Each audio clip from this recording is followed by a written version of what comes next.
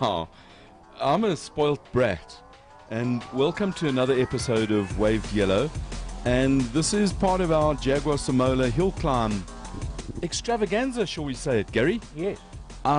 We're sitting in it's a Nissan GTR, and it's got the most fantastic driving position in the world. Steering wheel I'm allowed to press the button once. If I press the button again, then other stuff happens. First of all, we've got to say a huge thank you, like a mega thank you, to the guys at Scribante Racing. Everybody, Marco, Franco, Querbis, the team. These guys are a bunch of proper professionals. So they've allowed us to have a look at a Nissan Skyline GTR that is going to go up the hill. Yeah, their nickname is actually the Hillclimb GTR. Well, I'm calling it the Kraken. The Kraken? This is wild as... Okay, now listen, for everybody... Proper stuff. For everybody out there, just explain the word Kraken. Kraken is a Scandinavian term for a huge sea monster that actually goes completely wild and just absolutely... crazy. I was going to say ape poo. Yeah, that's fine. It's mega. So, on the steering wheel, there's some flappy paddle bits and pieces. Okay, and keep on talking. I'm going to come around to your side. Some of the bits and pieces, pieces, and I've got to put my glasses on here so that I can read it. You got the standard kind of thing in racing car. You've got a dashboard, and then on here on the steering wheel. And for me, this is in the perfect. There's two pedals. Yeah. There's stop and go. Okay. Because the rest of it, and there's a nice foot brace, but you've got a boost button and a torque button. Right. And an alarm, so you can cancel the alarms, and a couple of other bits and pieces. So you can choose how much torque you've got. So from, I don't know, 300-400 Newton meters up to, I'm told, 1600 Newton meters of torque. There's traction control over here. There's brake balance over here. There's proper power. Are you allowed to take that steering wheel off? Distribution. Gary, I can. Because if I take the steering wheel, and I need my hands-free kit again, and I didn't put it on with the whole thing. Then I can get the camera to see that other stuff. So let me hold it. Okay. So here you've got the torque and the boost, and then on the display you press that, and you can see, if you have a look here, every time I press that, it kind of moves around. It runs through the different information through the menus, on the display, yeah. Right. And then I can change the display mode, and you can get all sorts of. It's like a PS. Give it to me. Yes, Gary. Okay. Now you can go through. I've got it. Now you can go through that panel to your right. And this one over here, you've got a launch control. There's skid. There's all. This is basically the power distribution module. Okay. So you can just turn, instead of having switches, you just press buttons. And just when go it's through those on, two below. This is the traction control button as well. So you just wind it up or wind it down if you want more or less interference. So the steering wheel it's lovely. It's suede. They're little bits and pieces. Yeah. There's carbon fiber for days on this car. Now, I have a question for you. Yes, Gary. Okay. It's got paddle shift on there, but it's got a funny thing in the middle here. What's that? Yeah, this is just the basic gear lever that to override the paddle shift. That's for racing. This is for maneuvering. Okay, cool. All right. The other thing is that on top of the carbon fiber dash, and this is all nice and smooth. It looks like suede. It's actually called flocking, Gary. Do you know why they put it on there? Yeah, so the stuff doesn't shine in your eye. That's in your arse. In your eyes? In your eyes. And so here the master cylinder reservoirs. Just point them again for me. Over there. Yeah. So you've got brake and clutch. And down here where my footses are, there's accelerator. And so that it's two pedals. It is absolutely so is that where you magnificent. This is where you dance. Oh, okay, cool. I would love to start this thing and get going, but what I'm going to do is I'm going to turn it off. So there's this button, the blue button. That's the master. It turns off. And now, Gary, we start with a dance. You're going to climb out. Okay. Yeah, but this is fun. There's a way of doing this. We've got to watch you. You grab the roll bar, put your bum out of here, grab the roll bar again, and you try not to fall, and you get out of it. And there's carbon fiber. So, Okay. The this monster. This thing has got some trick stuff in it. By the way, just everybody out there, I didn't say hello, so hi to everybody. Hope you're all well. How's it? I was overwhelmed by the car as well. Gary, my China. Yes. Are we going to start Again. Are we going to start near the front, go to the back, or are we going to start near the back because you're here? Okay, so you may have seen pictures of this thing. Let me put it this way. There's a bucket load of aero stuff involved in it. Yeah. So we'll talk when we go around. There's a massive wing You're at the back, you might as well start with big side plates. So Yeah. let's have a look here. Now, when you look at this wing, and maybe the lighting department should be on your left shoulder, Gary. You know, we've got the whole gang here today. So we've got lighting, we've got production, we've got camera. Now, observe this wing. We are used to seeing a single plane or probably a two-plane wing in GT cars. Yeah. This is a three-plane wing. Yeah. And it looks counterintuitive where the main plane I was going to say that because this is pointing like down. has got unusually to what you and I used to seeing. it's got a negative angle of attack. Okay. But look at the wing as a whole. So you've got main plane, the intermediate plane, Okay. and then the third element. Now, we know, because Mr. Bernoulli was this clever oak, who said that the wind, or the air, when it travels a long path, it develops higher speed. Higher speed relative to the other side of it makes lower pressure.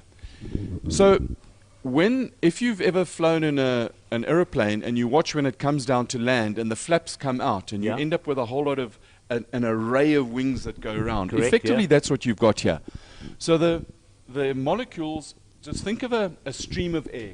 It hits the front here and then it travels all the way around the back and comes out of here. The thing is that air doesn't stick to Carbon fiber. well, Anything. very easily. So it needs to get a little bit of energy. And that's what these planes are for. So the air comes through here and it energizes the air and it sticks a little bit more. If and you it comes can, through here. and bottom element, can you know from the other side? Just stick your fingers through between the bottom and the middle element. Gary, Oh, okay, fine. No, there's- just so people get a perspective of and if they get stuck in there, then you stay here. I'll stay. I'll go and sit in there. And then it's got the top element. This is on its least downforce generating setting, we have been told. So you can get bucket loads more. And it this- is proper. So the side plate, two reasons for the side plate, is to control the flow of the air and the low pressure area on this side Okay. and the high pressure area over here. But more importantly, to add stability to the wing and to add resistance to yaw. So if this thing starts going sideways, you've now got a fat plate that presents itself But I believe, to the, I believe to the of wind. this whole thing, everything excepting this and the three wings over All here. made in South Africa. So I just got to say something. This car didn't come in a box the way it is. Okay. It came, well, most of it was there. They've done a bucket load of work on the car, and the Quibus and his team are proper dedicated, and they've done some beautiful, beautiful work. I'm not blowing smoke up their arse. I'm truly impressed with this. This is the second world-class racing car that we've seen in 2 days. the same days. So when this thing arrived, the diffuser didn't come with it. So when you work at Scribante, you have a plethora of racing cars. Plethora means a lot. Are you sure? And they're all More and lacquer. more and Yeah, there's more racing cars, a lotera. So what they then did was we need a diffuser. So of course, as one does, you go to your porker and you take its diffuser off. And then you send the file. Now there's a collaboration it's a global collaboration. There's a whole lot of CFD stuff, computational fluid dynamics, for those of you who don't pay attention in maths and science classes. And basically a computer acts like a wind tunnel. So when the computer acts like a wind tunnel, Gary, you making me go like this. Your microphone is going like Mr. this. We can't hear you. Okay? Is it like Put the this? microphone on your chin. My Thank chin. you very much. See, so you embarrass me, I embarrass you. No, I'm not embarrassed, Gary. I don't know which way we're going. Right, because I know nothing. So Again. they send the file of the Porker's The design. diffuser Yeah. to New Zealand, down under. That's why the car's black, because it's a tribute to New Zealand. Also, it's like stealth mode. Also, it highlights carbon fiber, because black is kind of cool. It's a new color. And it turns out that the diffuser makes more downforce than their standard diffuser in New Zealand. See, South Africa is better than New Zealand. Full stop. So, right, we've got the wing. Then there's more carbon fiber. In fact, this whole thing is carbon fiber. And check the gazoomas on the gazoom pipe on the outside, Gary. There's a whole lot of stuff on the bottom, and we were asked nicely to not look up the skirt. And it's polite not to look too far up the skirt. We're not going to go there, because I'm not getting on the ground. No, Gary, I got on the ground earlier. Yeah. Okay, so here's, you've got the oil tank for its dry sump system. The seat is nominal only because, well, you ain't going to get your legs around there. And it's got a chrome moly tube chassis. This is, somebody sort of half facetiously said, this is a GT, what's it, the formula we got in South Africa, the fast one? GTC on steroids. It's a space frame. On steroids. With carbon fiber. Steroids. Steroids, brother. I would say a hell of a lot more than steroids, brother. But it's got like... Because you know we're close to the Fort Club center of the world. Eh? This thing has got, it's a space frame. Yeah. Bucket loads of carbon fiber. I'm pretty sure that Jan Nakakoras are online, and I'll have a look just now. And just yeah, because they didn't watch last night, because they were in the gym, brother. Yeah. And they like buckled the plates, but I tell you, and they threw tires around, hey? Like proper. So if Franco gets a call from one of the Jan Nakakoras, we want commission on the sales, sir. Okay. So it's got their space frame. You can see the floor. If you go in underneath there, that yellow stuff, yeah, we know that that's an aramid, and that's the floor. And those tubes there, that's aramid. Explain aramid for us, please. Aramid, Gary. It's a like material. A material, yeah. Like carbon fiber. No, but it's tougher. Oh, okay. So it's the stuff they make bulletproof vests from. Okay. And the reason you use it on the floor, and particularly in under arch linings, is that it's very durable. Right, so let's go to the front, and surprise, surprise, because this car needs to go up a hill, it needs wings. I hope you got a good explanation for this Gary, double wing. Do you know what it's actually for? What? It's for, you can sit on it and you can look like... If I was you, I'd move, because one of the engineers is running over here to sort you out. I'm sitting on it. You see there? I just put my bum on it. I wouldn't dare sit on here because I wear like... In fact, you could probably sit on there, because I've been told some of the figures of downforce on this thing, and it's a lot.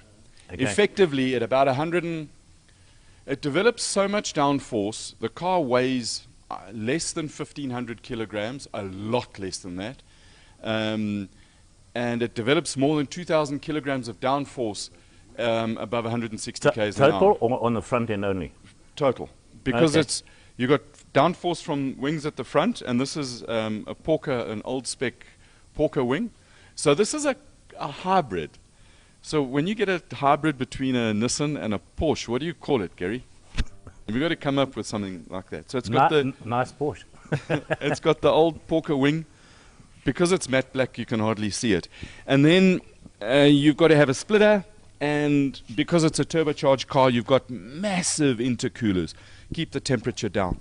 So in a nutshell, my mind is blown. Do you think, if we were nicely asked, they might open the bonnet for us? Let's go and ask them. So, because that leads us into the next story. Yeah. Because here, this is the team. Just while they're doing that, Colin, just before you go there, Gary, just run through this over here for me, because you're talking about that aero and this aero. What effect do these slots and that actually have in relation to it, or is it similar to what we discussed in GT3 cars? The principles are all the same. You can't put something in unless you take something out. All right. And air only goes from a high pressure to a low pressure area. Okay. So if you want to shove air through coolers, you've got to get the air out. Oh, by the way, check this out. You thought carbon fiber was only in the body. Check this. Carbon fiber brake discs and pads. And the question I asked was, aren't you worried about trying to get the temperature up very quickly on the brakes? And we'll talk about that just now, because the... All right. So... Well, you can discuss that with Franco when you come to interview him. So, guys, I'm just going to keep quiet for a minute because in a lot of ways I'm speechless. Okay, So the air comes in, and again, what does an engine do? It sucks, presses, and bangs. bangs, and blows. Okay, just slowly. I'm just going to Yes, slowly Gary. go across so guys can get an idea of what this engine is all about. Apparently, we're not supposed to go too slowly. No, no. So inlet plenum chambers, throttle bodies, all driven by stuff. Okay. Electrics. There's chrome moly tubes, and if you can, have a look at this weld. So, Mr. Lightman, check out this, bloody shadows. No, it's This green. little weld, Yeah. that's special. It's a Very. MIG weld, and this car's been built absolutely. It's proper, Gary. Cool. It's beautiful. So there's apparently, some say, Yes. that on maximum boost, and when the torque is, everything is turned up to level 11, that it can make somewhere in the region of 2,000 horsepower. I don't Well, believe, or I think- from what the guys tell us, they're not going to run 200 horsepower. All right, I think at that point... So let's talk to this the is- this clever is a- people. This is the time when you can bring the boys in, and I'm going to mount my You're stand going to over mount your here. camera. Yeah, and you Guys, can please interview come them. and teach us about this machine. Marco? This is special. Yeah, I think so very much. It's taken a long time to get here. Wait. Quibbers, we were told, Franco, they're phoning to say, hey, listen, check Facebook out because there's this famous car. We were told that you said to the guys, That's an order from Ricky. we were told that you said to the guys, there's a lot of work to do and you now need to put some action in. Your team, you guys have delivered, you've built this thing and it's proper. Look, Uncle, I cannot, Wie is jou oom? Colin, I cannot tell you how great my guys is. You know, Eddie, Eugene, Dwayne, Spiker, Marco. You know, these guys are just flat out hardcore petrolheads. And, you know, we can't thank them enough. Without one of them, it wouldn't have been able to be where we are today. So just talk to us a little bit about the raw specs of the car. It makes a lot of power and a lot of torque, and it doesn't weigh so much. So the headline numbers. Well, the reason why we went for this platform is because we built Yakutskan. We like the efficient engine a lot. It makes a lot of horsepower. And we knew that from being at Pikes Peak that we're going to have something that's rigid, and we're going to have something that's a lot of horsepower, and we're going to have four-wheel drive. You know, we tried the Porsche last year, and unfortunately we had to raise it so high, and we pushed the engine way too hard for the rest of the components, and we wanted to build something dedicated for the Hillclimb. And that's why we went for this recipe, which was almost done, designed by Dodson, in terms of the actual, just a carbon fiber shell and the chassis and the engine and the gearbox. And we decided to go for that and re-engineer it to what we're actually looking at here today. Did you see, Marco? He avoided the question. So I'm going to try the question with you.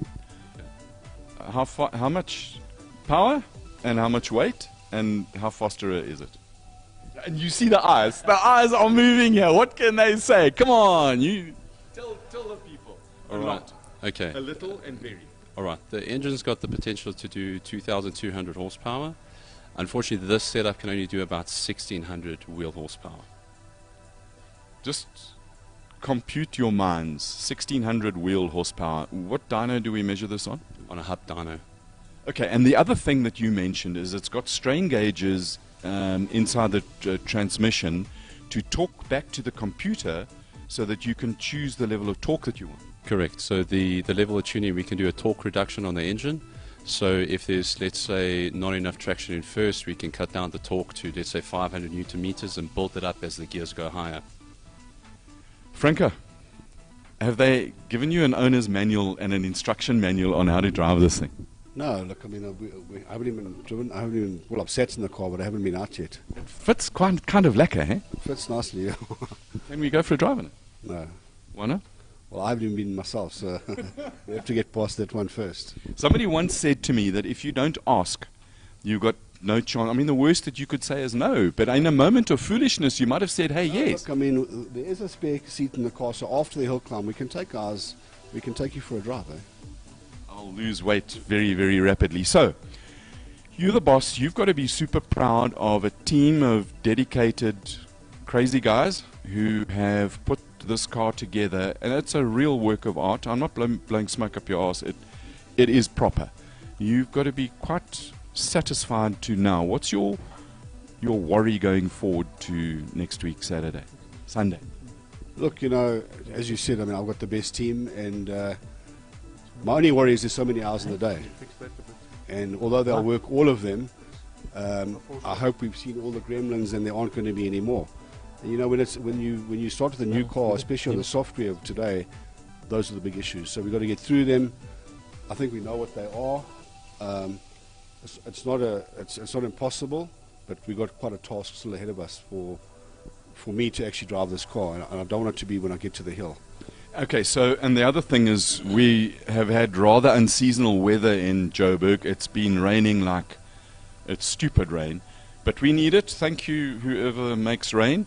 But now the rain needs to go so you can go and test. Well, it's not just that. It's to find the track to test on. I mean, we're spending half our time driving an hour here, driving an hour there to get an hour all over the show. So I spoke to my cousin tonight, and he's going to try and organise a PE circuit for a day or two before the hill climb, so we can get down there and do our testing there, as opposed to spending half our time in the car driving to different tracks to get half an hour here and there. Before we go back to the guys, I want to talk a little bit more technical stuff on it. You didn't bring this car in just for show. What's your goal this year at Jag Samola Hill Climb? Well, our goal is always to win, eh? I mean, but that's a tall order. We're up against some heavy competition, very good drivers, very good cars. So it's late in the day to be looking for that sort of thing, but we always are, and we're always hopeful. And like I say, I've got the best guys, so my chances are always there, even though we're coming in late. Yeah, it'll be a mega ask. I understand your goals are always to win, and if any race driver gets in a car not wanting to win, they're stupid, they must stop. But it would be a big ask to really expect overall winning with the little level of running that you've done. It is a big ask, but it's not impossible. This is racing. I mean, we don't wish bad luck on anybody, but I mean, we know what it's like. I mean, we can have a good day and everybody else can have a bad day. It can be the other way around. It can be halfway in between. So it's not just up to how good we're going to be. There's always a lot of luck involved, especially at the hill. It rains half the time, then it's dry, then it's raining again. Have you got wets for it? We do, yes. Obviously we do. I mean, we have to. There hasn't been a year that hasn't rained half the time. So that's got to be super exciting, this thing in the wet on Sunday when you've got just one chance. Yeah, that's going to be quite interesting. But we hope that it's sunshine and roses. Franco, thank you very much for your honesty. We're not saying goodbye. I want to go and talk technical stuff, because earlier you said that your job is to drive this car, and Quibus and Marco's job is to make it go faster. And good luck for the testing and for the hill. We'll see you there. Absolutely. We'll see you guys there. Thank you. Awesome. Right, guys, can I stand in the middle? Because I'm kind of blown away with the tech of this car. And Marco, from an electronic point of view, you were talking earlier, it's got a computer for the engine, and it's got a computer for the gearbox. Correct. And computer for it's like got many computers. Yeah, the norm for the GTR is that all the shifting is controlled by the TCM. So that's the OEM transmission control module. Yeah. What's special about this car is that not only can the ECU control it, it can do it also via the TCM. So both units can basically simultaneously transition at different torque levels to take control of the shifting. When do you give priority to one of the units to say, right, you're in charge of the shifting now? How does that logic work? I basically set it that anything over 800 wheel newton meters, that's when the ECU takes over, because there's extra functionality for torque reduction, for gear shifts when it's doing a lot more horsepower. And the gear shifts, you're cutting spark and fuel? I can cut fuel, spark, or ignition retard, and I can also basically reduce the throttles, the drive-by-wire throttles. And so you can make a pop and bang and flame? I can do whatever I need to do. Because that sounds cool. Have you got the banger meter set right up there to give people fright? Most definitely. Somebody wants to know if Quibus has got the marshmallows when they're going to do the bang, pop, and crackle. Quibus, don't lean too hard on this. I mean, look, I'm sorry, it's your car. I mean, it's your baby. I say again, what is the most challenging part about putting this car together? Well, I think to control the aero was one of our biggest challenges. The car was 3D scanned to do all the CFDs, and they wanted to ride on a much lower ride out of what we currently got the car now. And which means that we had to lift everything by about 45 millimeters to get all the geometry back into play again. Also, the CVs wouldn't have liked all that angle. So we had to redesign the car again after our first design, and to get all the aero back into play. And then what the aero will do in essence is actually push the car down again.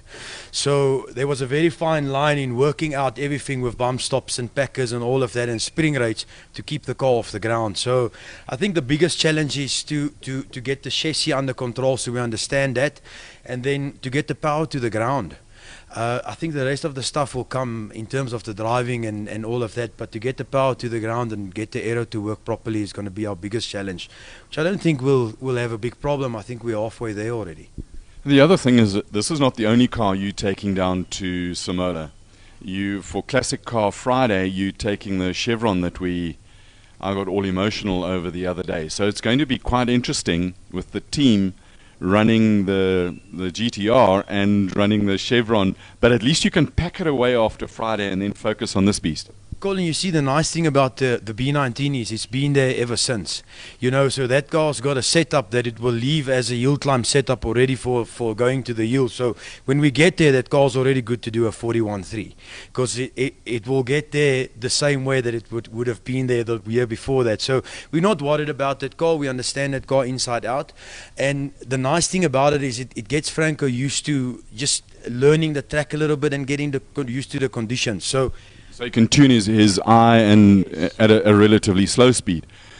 So now that we're talking numbers, back to the number boy here, because maths and science is important. So always remember the numbers. 41.3 for the Chevron. What's your target time for this one? Well, you see the eyes go again. What can you say? The boss is on the background. We only have simulation predictions. So we've done a simulation of the hill climb.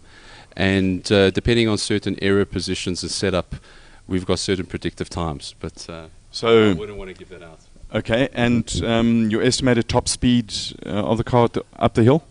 Predicted no less than 260, or we're hoping for 260. I'll tell you what, the Oaks are conservative with their numbers. Gary, have we got any? You are never going to get the truth. You should know that, but now nobody ever gets us the truth until we ask it in a different fashion. And I know you'll think of something. Gary, I'm working on it, because so the 280 k's an hour, is that unreasonable? And at that speed, what does the front ride height look like? Well, it squats in the front 45 mils on 280 kilometers per hour. There's your number, Gary. and at the rear 8 mils. And we pushed so it's really stiff at the back. It's stiff at the back, yes, but we try and control it with different ways and not making the spring actually soft, actually too hard, so the car don't have any mechanical grip in the low speed. So we're trying to keep it off the ground by doing other stuff in keeping it off the ground. I looked in the back, it's got rocker arm suspension. You don't have a third element like some of the Group C Sport or LMP sports cars with heavy aero. No, we don't have active suspension. So there is guys running active suspension overseas, but we don't. So we're going to do it the old school way and just putting packers and bump stops in and keeping it off the ground. Now you've got a run program before you leave for testing in Port Elizabeth. Franco mentioned earlier, there's not a lot of time left. You're working late nights, early mornings to get this thing sorted. How do you keep the team motivated? Well, like I said again, it's not difficult to keep them motivated. You start the car and you put it in launch mode and everybody's motivated. So, you know, it's not only from my side, and I must give it to the way that Franco handles situations in the workshop. When we have problems, you know, sometimes he's actually the guy that keeps everybody motivated. So it's a team effort between everybody. You know, if one guy's down the one day, then the other guy's up again. So you know, that's the only way we do it. At the end of the day, everybody shares the same passion, and that's motorsport. So that passion, guys, has brought us to Gary. Have we got any questions from? We don't have questions. Well, okay. Everybody hold on a sec. is in amazement. Hold on a sec. How do we say it? It's a gasp. Celeste Katzen says, awesome team. Chelsea and Rudolph, Quibus, Marco, mean machine, and it goes on and it goes on. But I'm going to leave it because I want these guys to go online and answer these people personally, because it's actually directed at you guys as a team. So if you guys don't mind, when the show's finished, go into the comment section, answer whatever questions, because they're actually talking directly to you guys as Franco Scribante Racing. We just bring in the show, but we have the likes of Ricky J. and Rocco's online, Georgie Cotamidis, Eddie van der Linde, Ricky, yeah, Quibus. Franco says he's waiting for your order. And Rechard Roots is online. Now, I think the only reason Rechard Roots is online, he wants to know what he's got to go and play with. Yeah, you see, but Rechard is driving in the standard category, and they mean standard. Yeah. And there were a whole lot of, you know, the thing is that when people win in racing, Gary, and particularly it references a discussion that Franco and I had earlier, you either cheating or you've got more money to spend. People find it very difficult to believe that a Dutchman can drive a standard Skyline up the hill that fast. And that Flying Dutchman, Rechard Roots, can. In a standard car, he's absolutely awesome.